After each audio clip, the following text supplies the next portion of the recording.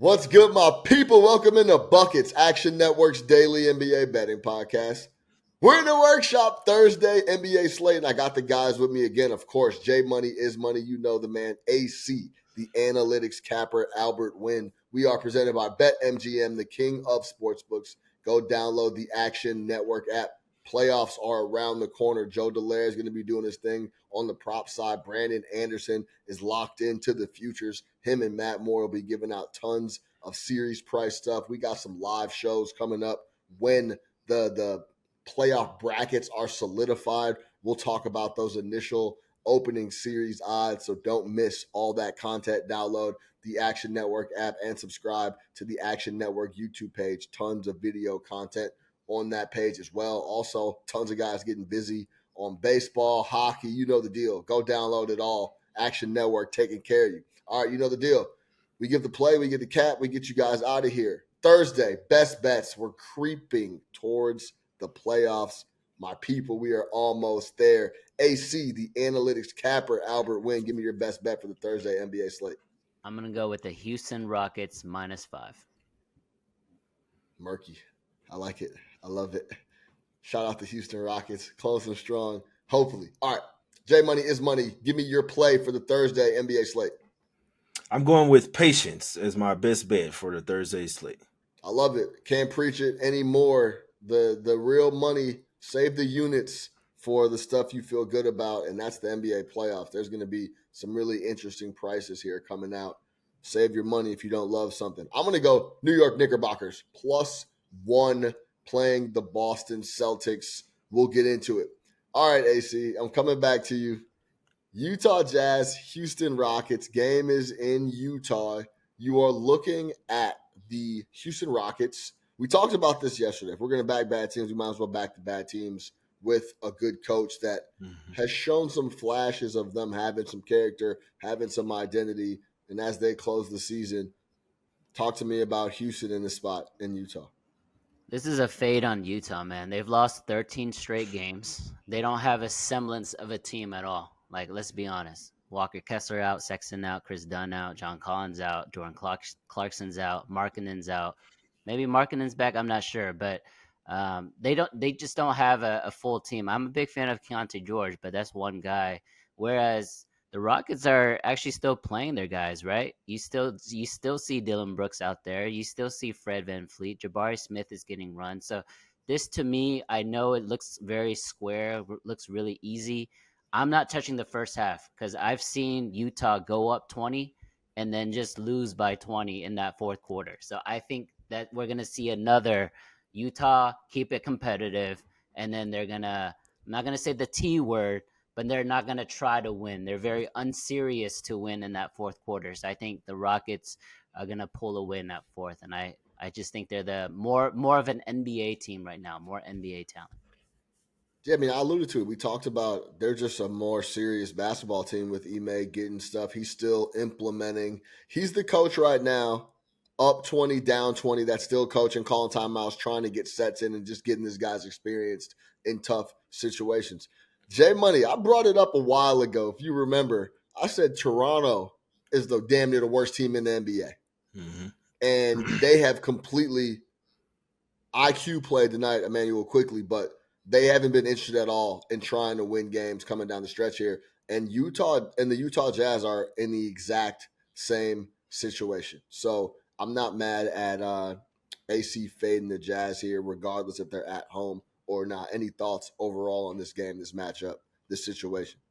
Yeah, speaking of the Raptors, man, I got the drop on them. I got the scoop on them real early. They'll go down as one of my best investments ever, taking their in-season win total under. I just knew that they weren't really interested in winning. That one's gonna. It's already cashed. Basically, they can't go over that 29.5 for a 30 win. So they only got 2 more games left. They'll definitely go down as one of my best ever investments in that one. But yeah, this game here, yeah, I'm not looking towards the Jazz. And the last time these two teams, this is their last home game game of the season, but I mean, they hadn't really showed that I don't know why they're not trying to win games. They don't really have anything to gain from that. But if you look at the last time these two teams played, John Collins had 30 points, Colin Sexton had 29 points. That's 59 points that they're going to be missing from this game. I mean, this Jazz team is a G League team at best. So obviously you worry about the Rockets, the mindset being in Cancun, but like you laid it out, Sean, I mean, Udoka, like they're still playing their guys. They're not resting anybody. This line opened up at 3.5. It's already moving up to 5.5. Wouldn't be surprised if it closed north of 7. So if you like the Rockets in this one, you better take it as soon as possible. It's only going one way, and they're still trying to play their guys, get ready for next season as well, man. So I'll be looking towards the Rockets in this game as well. No way in hell I'm looking towards the Jazz ever for the rest of the season.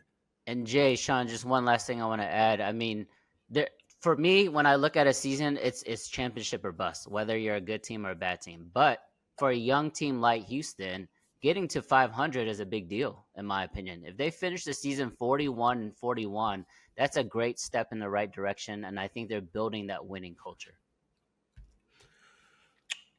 Couple trends for you. Each of the Rockets' last 6 games have gone over the total, so that also means to me that they're continuing to try to run up scores and play engaging basketball. They just beat Orlando, who I like, the other night, and Orlando's now dropped 2 straight. But another trend in this spot, the Jazz have won the first half in each of their last 7 home games against the Rockets. That's a little too, that can go back multiple years. But if we talk about a team owning one of them, the Rockets have covered the spread in 12 of their last 16 games against the Jazz in Utah. Couple stretch trends there, but either way, I agree with Jay and AC that couple teams have completely punted the rest of the season, and the Houston Rockets coming down the stretch were not one of those squads. All right, let's get into the New York Knickerbockers +1. What does my guy Jay say? Conspiracy Jay. I got a little conspiracy here on this side of this cat. It's not so much a conspiracy, but it's just a thought. Now, if you've been paying attention, the New York Knicks sit in the 3 right now as we record this on Wednesday at 11:30. Tomorrow we will see what shakes throughout the East and the results that come out there. But the Boston Celtics list currently Jalen Brown, questionable. The newly paid 145 over 4, J-Rue Holiday, questionable. Al Horford, questionable. Porzingis, questionable. Now, damn. That is interesting because the last 2 games for Boston are against the bottom feeders in the NBA. They play out after this game against the Knicks. Their last 2 games, let me pull them up for you, are against the Hornets and the Wizards. The Hornets and the Wizards. They got the Knicks tomorrow. Then they have a back-to-back Friday and then Sunday. So it's 3 in 4 days. So this is essentially like one of the last games that could actually be competitive in the NBA season. They throw all these guys on the questionable list. For sure, some of them aren't going to play in this spot. Now, in my opinion, the Boston Celtics would benefit from the New York Knicks finishing in the 3. Because if they finish in the 3, they're on the opposite side of the bracket and they don't have to play those guys. If Boston had to rank who they don't want to play in the East, my guess is the New York Knicks would be towards the top of that list, along with potentially Philly and Milwaukee, I guess. But Milwaukee is also dealing with Giannis now being out for the rest of the season. We'll see when he comes back in that full. But they're the 2 anyway, so they wouldn't see those guys till down the road. But they could potentially see the Knicks earlier if they were to fall down to the 4. Now, if they sit their guys and let the Knicks pick up a W here, because the Knicks are going to show up in a major way and try to get this win. We know all the guys are going to play. We know Jalen Brunson is going to show up and get busy as he's been doing the last 6-7 games. He's just been unbelievable on the efficiency side. Last 17 games, Brunson has shot it under 44% 3 times. The usage has been pushing 35+%, and he continues to stay extremely efficient. Now, if they could, sit the guys, Knicks come out and get a W, and they start to push to solidify and pick up ground on the Cleveland Cavaliers to lock up that 3, that puts them on the other side of the bracket. They wouldn't have to see those guys till down the road in the Eastern Conference Finals. That sounds like a good idea to me if I'm the Boston Celtics. Now, that's no inside information, obviously. I don't think Boston's trying to potentially throw games, but I'm not sure why all those other guys would be on the injury report like that. Now, another thing is, Joe Delara pointed this out. Coming down the stretch here, last 5 games, a lot of these guys on Boston, they've been in blowouts, but a lot of them haven't been playing any fourth quarters. It's been Peyton Pritchard. It's been all the bench guys getting all the minutes in the fourth quarter. So it may be a potential spot where, say they do start the guys, they can pull the ripcord early, like, okay, this game is done, or whatever they got to do, decide what they want to do and what route they want to go, pull some guys and not play them in the fourth. It's a little muddled because those games were big blowouts, the last 4 or 5 games for the Boston Celtics. Even in the loss to Milwaukee, it was a blowout, right? So it's kind of tough to determine what rotations Missoula wants to run. But I think the Boston Celtics fare a lot better if they allow the Knicks to solidify that 3 slot. Now, to talk about the motivation for the Knicks to get the 3. The 3 is the best position in the East right now for me. You would potentially get to play the Indiana Pacers. It could be the 3-6 would be potentially the Indiana Pacers or potentially the Miami Heat. You don't want to play Philly. That's who you don't want to play, right? Can you imagine being the 2 without Giannis to start that season, and you have to do the 2-7, and it's Milwaukee versus Philly, and Philly's got the big boy back and they're rolling a little bit? That's what you want to avoid if I guess you're the 2 in Milwaukee. And the Knicks, the 3 is that real sweet spot, and that's why I believe they come in super highly motivated to win the rest of their games and try to lock up that 3 and make sure Cleveland stays in that 4 seed. Listen, as Jay mentioned, patience is the key here. I'm grasping at straws a little bit as we come down the stretch, but with all those guys on the injury report for Boston and the motivation factor of the Knicks coming in and needing a W to lock up that 3, I'll back the team that's a little more hungry in that spot, and that's the New York Knicks at +1. Jay Money. Yeah, I can't talk you off here. They've lost all 4 matchups versus the Celtics this year as well. Hopefully there's no pump fake here where the Celtics throw their whole starting 5 on the injured report or they're questionable and then end up playing them. But I mean, there's no really risk for injury in this one. We know that sometimes Celtics can hit a bunch of threes and win games on accident, but everything that you're saying makes a ton of sense here. I could only look towards the Knicks in this game, especially with the quadruple revenge spot. Celtics may not want to play their guys because they know the Knicks are finna come in here and play some schoolyard, some Rucker Park type of basketball. You know what I'm saying? Like, you're not trying to get hurt in this type of game, man. So Celtics don't really have anything to gain. I think the Knicks probably closes the favorite in this game. So definitely, as long as you can grab them at the +1 or like -105, whatever, I'd be looking towards the New York Knickerbockers in this game. They see. Yeah, I actually like the Knicks look a lot, to be honest. The only thing that I'm hesitant about is the last time we saw Boston that got blown out by Milwaukee. So I don't like fading teams that just got blown out, especially a good team. But this is a weird situation. They have 3 straight games at home. They're gonna sit, one of those games out.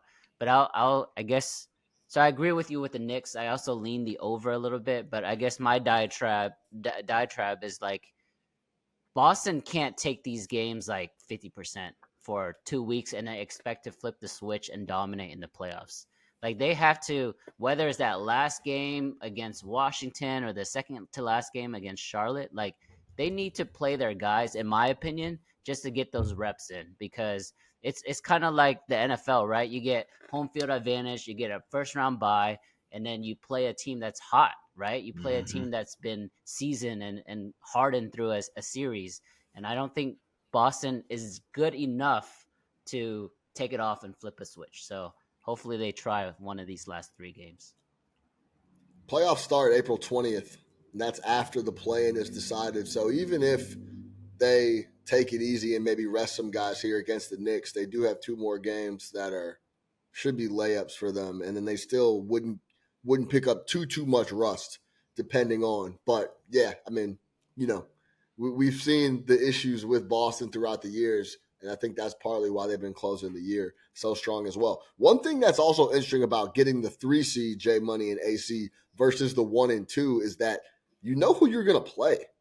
Mm-hmm. If you get the 3, you know you're going to play whoever's in the 6, right? Yeah. The 1 and 2 folks are still trying to figure out who they're going to play and which team is coming out of that play-in situation. Another wrinkle to keep in mind as the playoffs creep closer. All right, for J Money, for AC the Analyst Capper, here is the recap. AC, murky, Rockets, -5, motivated to close the year strong under Ime Udoka. Let's cash there. I'm on the New York Knickerbockers, +1, money line, whatever you want. I think the Knicks come out and get the W. J Money is practicing patience.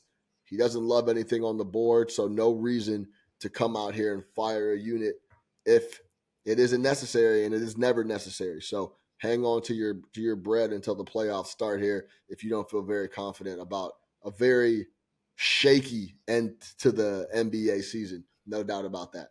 All right, for AC, the Analyst Capper, Albert Nguyen, for J Money is Money. I'm your host, Sean Little. We are presented by BetMGM, the king of sportsbooks. Go download the Action Network app. We will see y'all tomorrow. Subscribe to the Buckets pod. Subscribe on YouTube as Nas Reed gets a bucket for J Money. We'll see y'all tomorrow. Stay tuned. Don't forget it. Get buckets, baby.